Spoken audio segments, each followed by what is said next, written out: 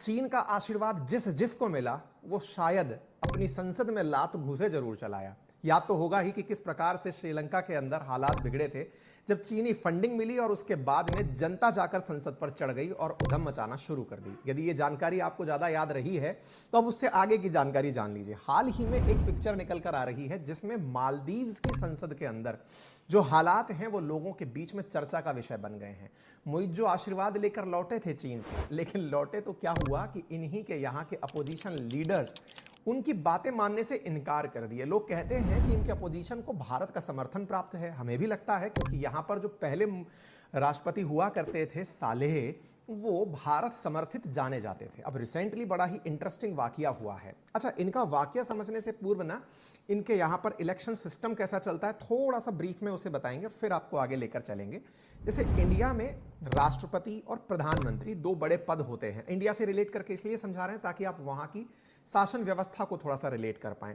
India के अंदर जब राष्ट्रपति के चुनाव होते हैं तो अप्रत्यक्ष यानी इनडायरेक्ट इलेक्शंस होते हैं। इनडायरेक्ट का मतलब यह हुआ कि हमारे यहाँ के संसद के अंदर जो चयनित होकर आए हुए या सेलेक्टेड जो उम्मीदवार हैं, जो डायरेक्ट इलेक्शन से निकल करके आए हुए सांसद हैं, वो लोग वोट देंगे और विधानसभाओं में जो इलेक्टेड विधायक हैं वो लोग राष्ट्रपति को वोट देकर हमारे यहाँ के राष्ट्रपति को निर्वाचित करते हैं।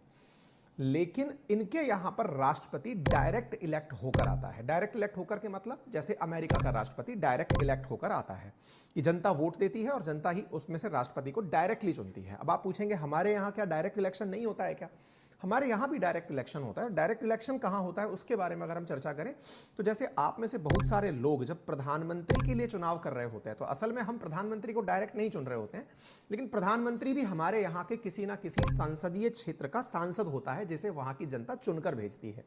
अब अगर आप इस बात को रिलेट कर पा रहे हैं तो इस तरह से समझिए कि राष्ट्रपति इनडायरेक्टली इलेक्टेड है और प्रधानमंत्री नाम का जो सांसद है वो असल में है सांसद और वो कहीं ना कहीं पद्धति से या डायरेक्ट इलेक्शन के माध्यम से चुनकर आया है। हमारे यहां पर दो प्रधान हो गए, एक डी ज्यूरे हो गया, एक डी फैक्टो हो गया, है ना। दूसरी तरफ बढ़ते हैं। मालदीव्स में क्या होता है, राष्ट्रपति वहां जनता चुनती है। जैसे कि इस समय मुइज़्ज़ू को वहां की जनता ने चुना है, लगभग 54% वोट पूरी जनता के द्वारा उसको दिए गए थे, तब जाकर वो राष्ट्रपति बना। अच्छा, इसमें भी एक बड़ा प्रश्न बनकर आता है, सर अगर मान लीजिए कि जनता इस प्रकार से वोट दे कि किसी को भी 50% वोट ना मिले तो क्या होगा? तो इनके यहाँ दोबारा इलेक्शन होता है। दोबारा इलेक्शन होता है ऐसे मतलब समझिए 2 लोग चुनाव में उतरे या 3 लोग चुनाव में उतरे और वोट शेयर इस प्रकार से रह गया कि जो टॉपर था वो 50% से ऊपर नहीं पाया, तो जो टॉप 2 थे उनके बीच में री इलेक्शन होगा और फाइनली एक व्यक्ति को राष्ट्रपति बनाया जाएगा। क्लियर हो गया? अब इनकी थोड़ी संसदीय व्यवस्था को समझते हैं। जिस प्रकार से अमेरिका के अंदर राष्ट्रपति हुआ और वहां की संसद अमेरिका में जैसे सीनेट कहलाती है, अपने देश की संसद संसद कहलाती है, ऐसे ही मालदीव्स के अंदर जो संसद होती है इसे पीपल्स मजलिस कहा जाता है। अब इसको फिर से समझते हैं। जैसे अमेरिका में राष्ट्रपति डायरेक्ट इलेक्ट होके आया और सीनेट के लिए अलग से चुनाव होते हैं, एग्जैक्टली मालदीव्स में भी जो राष्ट्रपति है वो जनता डायरेक्ट चुनती है और पीपल्स मजलिस में बैठे हुए जो सांसद हैं उन्हें भी डायरेक्ट चुना जाता है। अब इसमें इंटरेस्टिंग फैक्ट ये है कि राष्ट्रपति तो बनकर आ गया जनता की डायरेक्ट वोटिंग से कि भैया इन्हें हमने राष्ट्रपति चुना, लेकिन राष्ट्रपति के साथ में एक कैबिनेट भी होती होगी। जैसे हमारे प्रधानमंत्री के पास एक कैबिनेट होती है, कैबिनेट की तरह इनके यहाँ भी कैबिनेट होती होगी। अब जो इनके यहाँ की कैबिनेट है उस कैबिनेट में जो मंत्री बनेंगे वो कहां से बने जाएंगे? अब वो जो मंत्री बन के आते हैं इनके यहाँ की कैबिनेट से, वो बनकर आते हैं जो पीपल्स मजलिस है उसमें से। इसका मतलब आप ऐसे समझिए कि हमारे देश में राष्ट्रपति जिस प्रकार से, हमारा देश हटाइए, इन्हीं का देश पकड़ के चलते हैं ताकि आपको थोड़ा सा आसान होगा।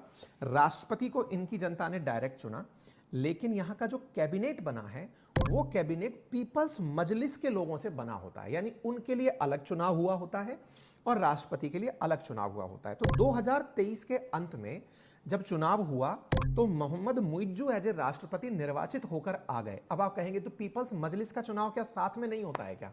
नहीं होता है। इनके यहाँ जो पीपल्स मजलिस का चुनाव होता है 2019 में हुआ था, अब 2024 में होने वाला है। मार्च 2024 में टेंटेटिव तारीख है। अच्छा, अब फिर एक दिमाग में प्रश्न बनेगा, तो इसका मतलब मोहम्मद मुइज़्ज़ू की जो पार्टी है, क्या वो इनकी संसद में या फिर जिसको पीपल्स मजलिस कहा गया है वहां पर मेजॉरिटी में है कि माइनॉरिटी में है? तो अब आप ऐसे समझिए 2019 में पीपल्स मजलिस में पार्टी माइनॉरिटी में हुआ करती थी, यानी इनके पास में इतना वोट शेयर नहीं था कि संसद में यानी पीपल्स मजलिस में अपने किसी भी स्टेटमेंट को पास करा ले जाएं। अब आप इस स्थिति से अगर वाकिफ हो गए हैं तो आज के कंटेक्स्ट पे आते हैं। कंटेक्स्ट क्या है कि मोहम्मद मुइज्जू एज एन राष्ट्रपति निर्वाचित हो गए, पॉइंट नंबर 1। अब उन्हें कैबिनेट के अंदर मिनिस्टर्स चाहिए थे। अब मिनिस्टर्स कहां से मिलेंगे? पीपल्स मजलिस से। अब पीपल्स मजलिस में क्या हालात हैं? ये अल्पसंख्यक हैं, यानी इनके पास वोट शेयर कम है। 50% छोड़िए, अपने लिए कुछ 17-18% के आसपास इनका वोट शेयर है। अब जो इनका वोट शेयर कम है, उस कम वोट शेयर में अल्टीमेटली यहां पर भी तो अपने मंत्रियों को बनाने से पहले संसद में सहमति लेनी होगी। इनकी संसद में 22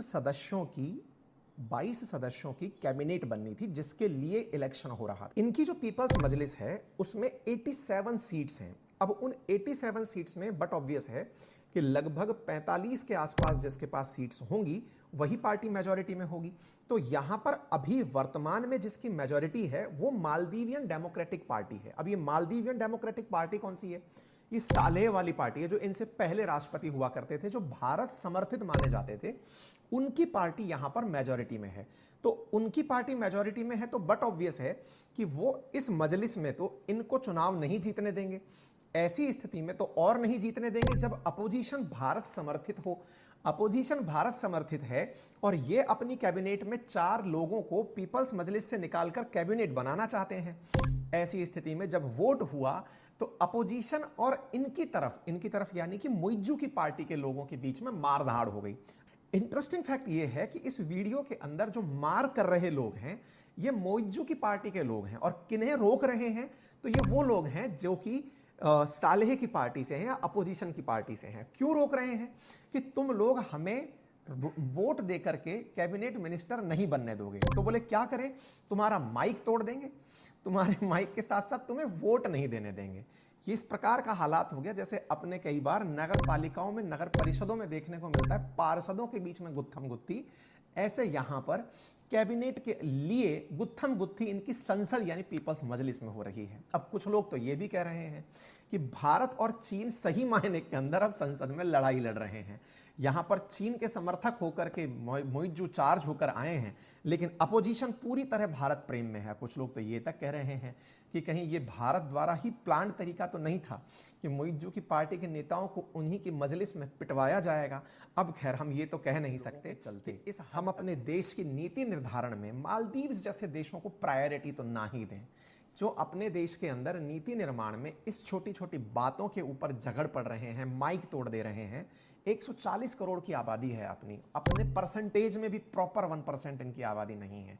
ऐसी स्थिति में इनकी वजह से देश का बहुत ज़्यादा समय खराब ना हो, ये आपको और हमको समझना होगा। ठीक है, मतलब भारत का नेबर है, वैल्यू हम करते हैं, लेकिन हमारे लिए इतना बड़ा भी नेबर नहीं है।